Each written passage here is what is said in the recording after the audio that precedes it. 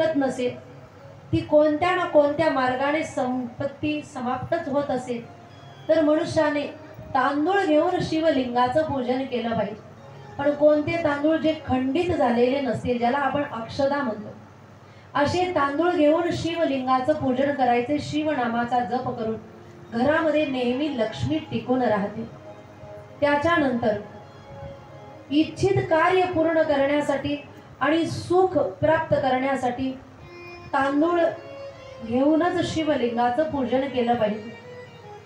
त्याच्यानंतर 1,00,000 सरसो म्हणजे ज्याला राई म्हणतात, ते घेऊन एक एक शिवलिंगावर चढवून शिवलिंगाचं पूजन जर केलं तर शत्रूचा नाश होत असतो. गौदान शिवजींच्या नावाने केलं, बैलाचं दान शिवजींच्या नावाने केलं तर मनुष्याच्या सर्व मनोकामना पूर्ण होत असतात.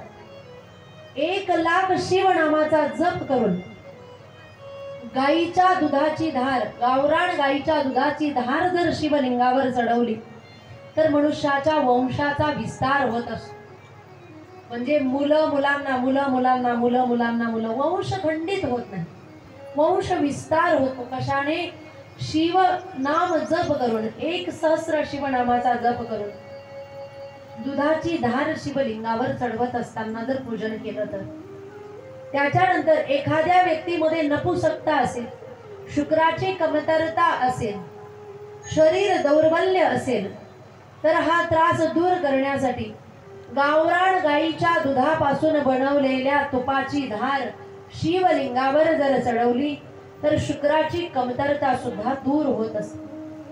एखादा व्यक्ती निर्बुद्ध असेल, त्याची बुद्धी चालत नसेल, 10,000 शिवनाम जप करून साखर मिश्रित दूध, कच्चं दूध, साखर मिश्रित दूध घेऊन शिवलिंगावर जर समर्पित केलं तर मनुष्याला बुद्धीची प्राप्ती होत असते.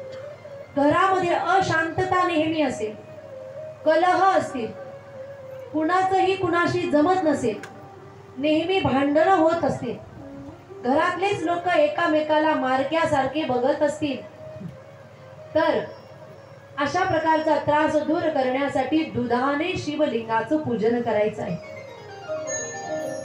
तेलाची धार, सरसो तेल जर घेतलं तर अधिक उत्तम. सरसो तेल शिवलिंगावर चढवून जर शिवलिंगाचं पूजन केलं तर शत्रूचाही नाश होत असतो. ऊसाचा रस घेऊन तो जर शिवलिंगावर समर्पित केला तर मनुष्याला आनंदाची प्राप्ती होत असते. शिवलिंगावर तुलसी दलही चढवता येते, तुलसी दलानेही शिवलिंगाचं पूजन करता येतं, तेही अति उत्तम सांगितलेलं आहे. गंगाजल आणलं आणि गंगाजल घेऊन शिवलिंगावर जर चढवलं तर भुक्ती आणि मुक्ती, भोग आणि मोक्ष दोनही गोष्टींची प्राप्ती मनुष्याला होत असते. याच्यानंतर पुढे वर्णन करताय की भगवान महादेव कैलास पर्वतावर राहण्यासाठी का गेलेले आहेत, कधी गेलेले आहेत, त्यांची कुबेरजींची मित्रता कशी झालेली आहे, याचं वर्णन करत असताना सुतजी महाराज सांगताय, कांभिल्य नगरामध्ये सोमयाग करणारे यज्ञ विशारद यज्ञ दत्त नावाचे दीक्षित ब्राह्मण होते. राजाच्या जवळ ज्ञान सांगण्यासाठी, वेगवेगळे भगवदीय कार्य करण्यासाठी ते राजाच्या दरबारावर त्या ठिकाणी नोकरी करत होते. यज्ञ दत्त नामक दीक्षित ब्राह्मण. विवाह झाला आणि त्यांना एक मुलगा झाला, नाव ठेवलं ज्याचं गुणनिधी.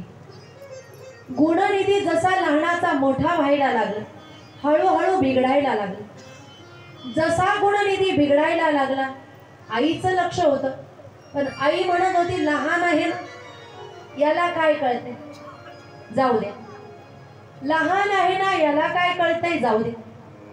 बऱ्याच महिला अशाच करतात, लहान मुलं आहे म्हणून सोडून देतात.